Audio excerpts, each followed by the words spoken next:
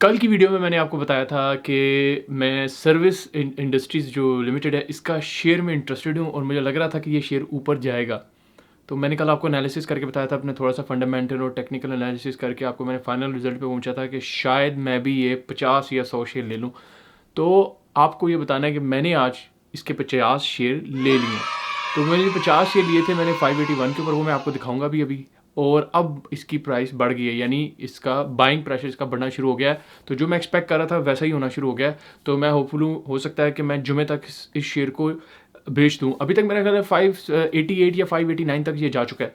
तो ये मैं सिस्टम पे जाके आपको दिखाऊंगा। इसके अलावा मैं एक और दूसरे शेयर की बात करूंगा जो मैं एक्सपेक्ट कर रहा हूँ कि ये आगे बढ़ने वाला है। अच्छा, इसमें टेक्निकल एनालिसिस का इतना रोल नहीं है, ये जो दूसरा शेयर मैं आपको बताऊंगा आज, इसमें फंडामेंटल एनालिसिस का ज़्यादा रोल है। तो ये भी अब आपको मैं बताऊंगा, इसलिए वीडियो आखिर तक आपने देखनी है, क्योंकि मैं उम्मीद करूंगा कि वो जो दूसरा शेयर है वो भी बढ़ेगा। तो इसलिए आपको अगर जानना है वो दूसरा शेयर कौन सा है तो प्लीज़ एंड तक वीडियो ज़रूर देखिएगा। तो चलो सिस्टम पर चल के एक्सप्लोर करते हैं। चलिए लेट्स स्टार्ट। अगर आप यहाँ पे आके देखेंगे कि आज मैंने, ये आपके सामने सारा डिटेल आ रही होगी कि आज 30 तारीख को मैंने ये सर्विस का जो शेयर है वो 50 बाय कर लिए हैं 581 के ऊपर। सही है। अब मैं ज़रा आपको इसका चार्ट ज़रा खोल के दिखाता हूँ। जब मैंने आपसे कल बात की थी तो ये सिचुएशन थी, ये वाली कल कैंडल थी। ठीक है, मैंने इस कैंडल को देख के आपको पिछला एनालिसिस करके, वो सारा तो मैंने दिखाऊंगा, ये ऊपर आपको लिंक में वीडियो नज़र आ जाएगी, आपको पता चल जाएगा जो कल हमने किया था। लेकिन अब आपको सिर्फ इतना बताऊंगा कि आज जब मैं सुबह मॉर्निंग में 581 पे था शेयर, इस जगह पे जा था, तो मैंने इसको बाय कर लिया था। ठीक है, और क्लोजिंग इसकी आप ये देखो, क्लोजिंग कितने पे जाके हुई है, 589 पे जाके तकरीबन, पर 588 समथिंग पे, 587 समथिंग पे हुई है। लेकिन ये 589 तक गई थी इसकी प्राइस हाई में, तो 587 तक ये जा चुका है, जिसका मतलब है कल ये थोड़ा सा ऊपर जाएगा। तो पॉसिबिलिटी है मैं कल नहीं तो परसों यानी जुमे तक हो सकता है मैं इसको सेल कर दूंगा। तो मैं अभी तक मेरे पर शेयर के अंदर तकरीबन मुझे 6 से 7 रुपये मुझे बच रहा है पर शेयर। तो ये थी कहानी कि मैंने कहा आपको बता दूं कि जो मैं कह रहा था आपको लेने का वो मैंने लिया है। ऐसा नहीं है कि आपको सिर्फ मैं कहानियाँ सुनाता रहा हूँ या एनालिसिस देता रहा हूँ और अपना रिस्क उसमें मैं एनालिसिस में नहीं डालता। मैं अपनी पॉइंट ऑफ व्यू से सोचता होता हूँ जब भी शेयर लेता हूँ। तो अब दूसरा शेयर था, मैंने आपको कहा था दूसरे शेयर के बारे में मैं बताऊंगा कि मुझे लग रहा है कि इसके भी आगे चांसेस हैं। लेकिन इसमें मैंने आपको कहा था इसके टेक्निकल एनालिसिस आपने नहीं ये भी देखने हैं, क्योंकि उससे इसका ताल्लुक नहीं। क्यों, ये भी चलते हैं। सबसे पहले नंबर पे आपको मैं बताता हूँ, बजट आया। तो जब ये बजट आया 2021 का इसी जून के अंदर, तो उसके अंदर एक उन्होंने सबसे बड़ी चीज़ अनाउंस की है कि जो आपकी 850 सीसी तक की गाड़ी हैं उनमें जो आपका जीएसटी है वो 17% से कम करके 12.5% कर दिया है। ठीक हो गया, यानी 4.5% की रिडक्शन। इसके अलावा फेडरल एक्साइज ड्यूटी वो भी तकरीबन इन्होंने कम कर दी है, कितनी, 2.5%। वो भी मैं एक मिनट आपको दिखा देता हूँ, यहाँ पे लिखा होगा, ये देखें, फेडरल एक्साइज ड्यूटी 2.5%, और तकरीबन 4.5%, यानी ये बनता है 4.5% कम किया है क्या, आपका जीएसटी 850 सीसी गाड़ियों तक। तो उसका टोटल इम्पैक्ट 6% बना, यानी 2.5% वो और 4.5% वहाँ से जीएसटी से, तो टोटल बना 6%। टोयोटा आल्टो की जो प्राइस है उसकी अगर 6% अगर हम उसको रिडक्शन करें, क्योंकि अब उसकी प्राइस रिड्यूस होगी, क्योंकि हुकूमत यही चाह रही है कि जो गाड़ी, sorry Suzuki Alto, Toyota Alto मुँह से निकल गया, जो गाड़ियाँ पाकिस्तान में मैन्युफैक्चर हो रही हैं और अंडर 850 सीसी यानी 850 सीसी तक हैं, उन पे 6% फ़ौरन उन्होंने रिडक्शन का कह दिया। और उस 6% रिडक्शन से सुजुकी आल्टो की प्राइस में तकरीबन 1 लाख की कमी आएगी, ₹1 लाख कम हो जाएगी। अच्छा, अब इससे कौन कौन सी गाड़ियाँ इफेक्ट होंगी? इससे इफेक्ट होंगी Suzuki Alto, Ravi, Bolan, principal और यूनाइटेड ब्रावो। तो अल्टीमेटली इसका मतलब क्या हुआ, अगर इनकी प्राइसें गिरेंगी, अगर 6% तक गिरती हैं, तो उसका मतलब ये हुआ कि इनकी सेल इंक्रीज़ करेगी। तो ज़ाहिर है जब इसकी सेल इंक्रीज़ करेगी तो भाई मेरे उसका अगला इफेक्ट क्या आएगा, ज़ाहिर है पाक सुजुकी के शेयर बढ़ेंगे, क्योंकि ज़्यादा इससे फ़ायदा उठाने वाली पाक सुजुकी की कंपनी है। होंडा और उससे इतना टोयोटा का फ़ायदा नहीं होगा, उनके 850 से नीचे का कोई मॉडल नहीं है। तो इसी वजह से तैयार हो जाए ज़हनी तौर पे कि अब पाक सुजुकी जो गाड़ी है इसका शेयर की प्राइस बढ़ने लगी है। ये देख रहे हैं ना आप, लिखा आ रहा है कि may become cheaper by, 1 lakh तक इसकी प्राइस गिरने के चांसेस हैं। तो खोलते हैं ज़रा इसका भी शेयर निकालते हैं हम लोग, ज़रा इसके शेयर को देखते हैं। तो ये है जी पाक सुजुकी। पाक सुजुकी की जो इस टाइम शेयर है ना, ये आपके सामने 355 और इसके दरमियान है। ये जब से न्यूज़ आई है इसके ऊपर इस कदर इफेक्ट नहीं आया जो मैं एक्सपेक्ट कर रहा था आना चाहिए, लेकिन फिर भी आप देखो ये खबर कब आई है, आपका 11 जून की ये खबर है, ठीक है, नोट करो। अब मैं आपको इस पे लेके जाता हूँ। 11 जून की खबर है और ये है जी 11 जून, और 12 को देखो शेयर स्टार्ट कहाँ से हुआ, एकदम से, यानी यहाँ पे क्लोजिंग होती है इसकी 332 पे 11 तारीख को, लेकिन 11 को शाम को न्यूज़ आती है। जब न्यूज़ आती है तो 12 तारीख को अगले दिन ये पाक सुजुकी की मार्केट जब खुलती है तो इमेजिन करो वो यहाँ पे आके खुलती है किधर 357, यानी ये इसमें फ्लक्चुएट करता रहा। इसकी क्लोजिंग कहाँ हुई है 356 के ऊपर हुई है, यानी एक दिन पहले क्लोजिंग हुई है इसकी 332 पे और 56, तकरीबन 20 रुपये शेयर इसका ऐसे ही बढ़ गया एक दिन के अंदर। अब आगे, अब इसके आगे जा रहा है गेम, ठीक है। अब आप देखो इसका वैसे अप ट्रेंड चल रहा है, अगर आप इसको आंखें खोल के देखेंगे तो आपको पता चलेगा ये सारा अप ट्रेंड। और आपको पता है मेरी एक आदत ये है, मैंने आपको ये बताया हुआ है कि मैं हमेशा अप ट्रेंड में इन्वेस्ट करता हूँ, मैं डाउन ट्रेंड से बचता हूँ, ठीक है। तो ये एक तो मेरा पहला क्राइटेरिया ये पूरा कर रहा है, अप ट्रेंड है। मेरा दूसरा क्राइटेरिया इसका ये वॉल्यूम भी इसके अंदर आना शुरू हो गया। ये वॉल्यूम देखो कितना है 1.72 मिलियन। आपने वॉल्यूम ये पढ़ना है, ये वॉल्यूम के आगे जो लिखा हुआ है ये पढ़ो जरा। ये इधर कितना वॉल्यूम था 1.72 मिलियन, 876,000, उसके बाद 461,000 और आज 258,000, आर कम था थोड़ा वॉल्यूम।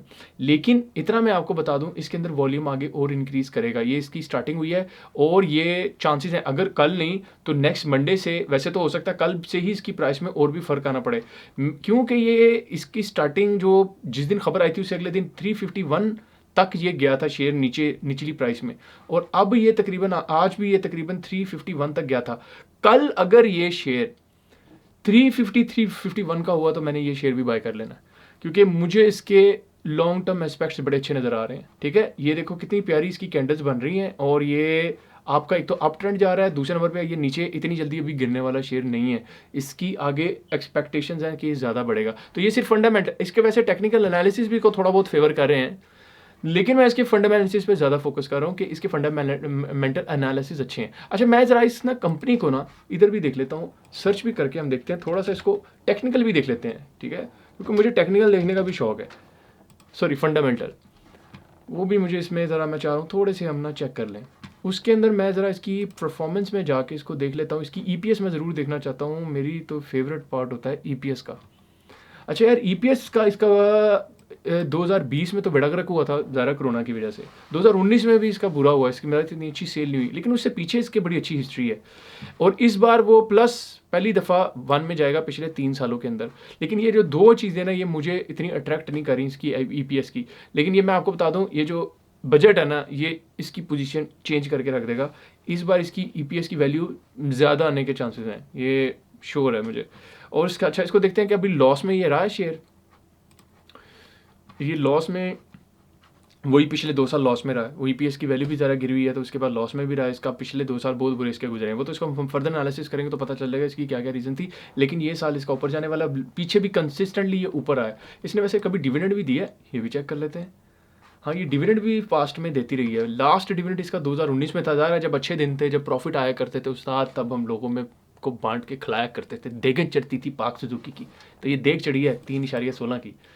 इसे खोल के भी देख लेते हैं। 2019 में इन्होंने जब देग चढ़ाई थी तो सिर्फ देग ही चढ़ाई थी या कुछ और भी लिखा हुआ है, 3.16 पर शेयर है, कोई बोनस शोनस तो दिया नहीं था। हाँ तो बस ठीक है। सुजुकी वैसे इतनी अच्छी नहीं है इस मामले में कि बोनस शोनस इतने नहीं देते, और इसके पीछे वैसे कंसिस्टेंटली इन्होंने दिए हैं पैसे लोगों को, बल्कि इस जगह पे जाके जहाँ उनको ज़्यादा प्रॉफिट है उन्होंने 18 रुपये तक दिए हैं, तो ये गुड है। थोड़ा बहुत तो कर ही रहे हैं यार, वो कितना ख्याल करें भाई, जेब में जितने पैसे होंगे तो उतना ही लगाएंगे ना। बस लोगों को लग्जरी शौक पड़ेगा ना, लोग कहते हैं टोयोटा और होंडा लेनी है भाई, सुजुकी नहीं लेनी। ओ भाई अगर मैंने शेयर में इन्वेस्ट कर दिया, ओ भाई सुजुकी सारे खरीद लेना, ताड़ी मेहरबानी।